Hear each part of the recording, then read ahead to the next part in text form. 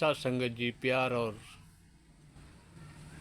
से बोलिए ध्यान निरंकार जी।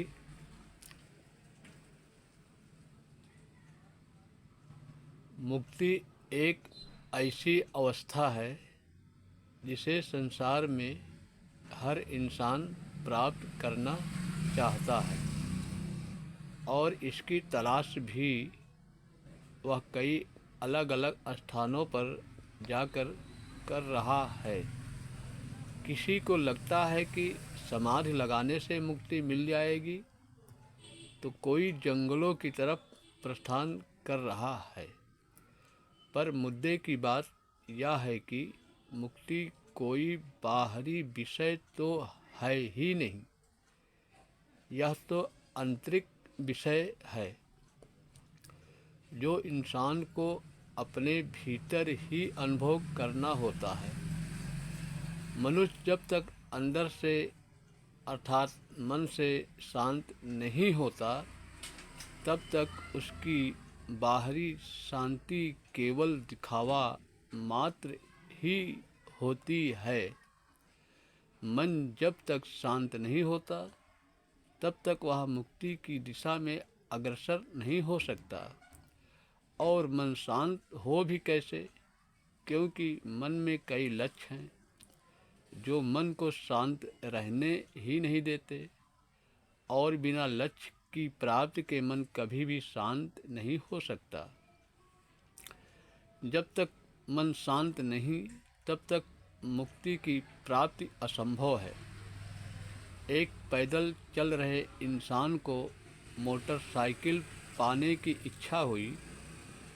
उस इंसान के कुछ दिनों बाद इच्छा पूरी हुई और वह अब मोटरसाइकिल लेने की इच्छा से मुक्त हुआ।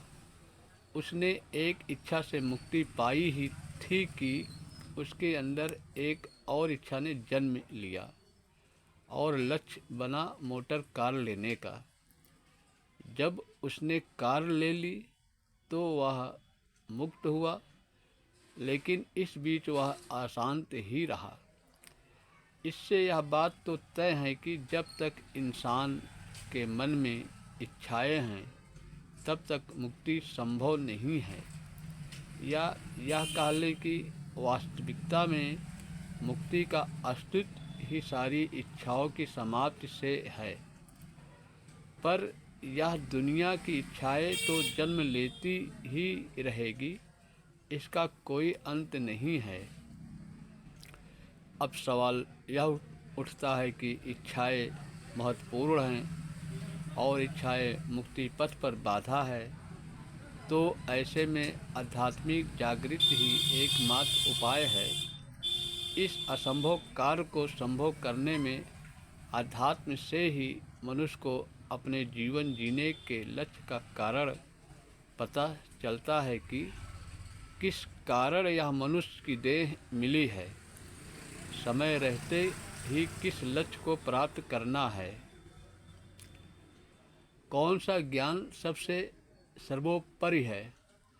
अध्यात्म से ही हमें पता चलता है कि यह मनुष्य जन्म हमें आकरण नहीं मिला है, इसके पीछे बहुत बड़ा कारण है।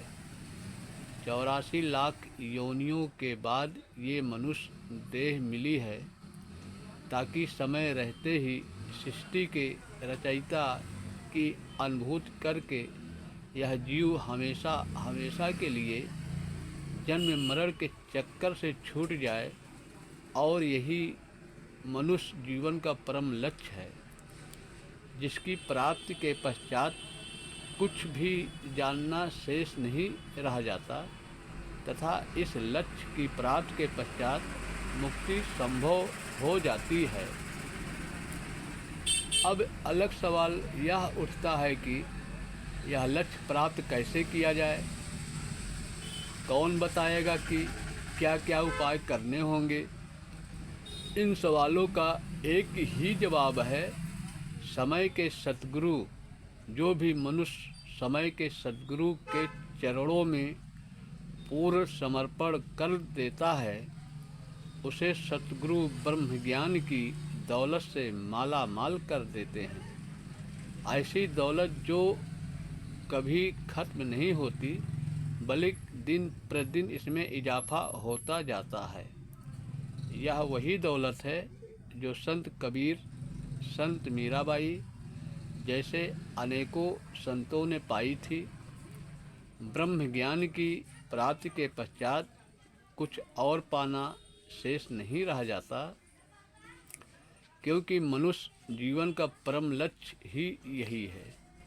और रही बात दुनियावी इच्छाओं की, तो वह तो बस समुद्र में बनी लहरों की तरह हो जाती है, जो चाहे जितनी भी ऊंची बने या नष्ट हो जाए, उससे समुद्र को किंचित मात्र भी फर्क नहीं पड़ता, क्योंकि समुद्र अपनी गहराई में शांत है, उसमें कोई हलचल नहीं है।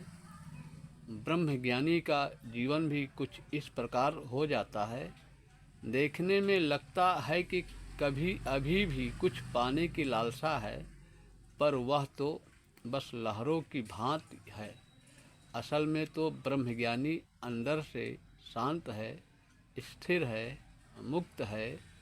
उसे सृष्टि के कण में ईश्वर ही नजर आता है, और इससे ब्रह्मज्ञानी का कर्ता भाव समाप्त हो जाता है। ब्रह्मज्ञानी अपना सारा कार्य ईश्वर को समर्पित करता है और अनुभव करता है कि जो कुछ हो रहा है सब ईश्वर की कृपा से ही हो रहा है, जिससे वह कर्म तो करता है पर बिना किसी फल की इच्छा के। इस कारण ब्रह्मज्ञानी सद्गुरु की कृपा से जीवन के परम लक्ष्य को प्राप्त कर आजीवन मुक्ति का अनुभव करता है। सासंगत जी, ये विचार महात्मा अनिल राजभार मुंबई महाराष्ट्र के हैं। जीवन का परम लक्ष्य मुक्ति, दास उन्हीं को दोबारा दोहरा रहा है। सासंगत जी प्यार से बोलिए, धन निरंकार जी।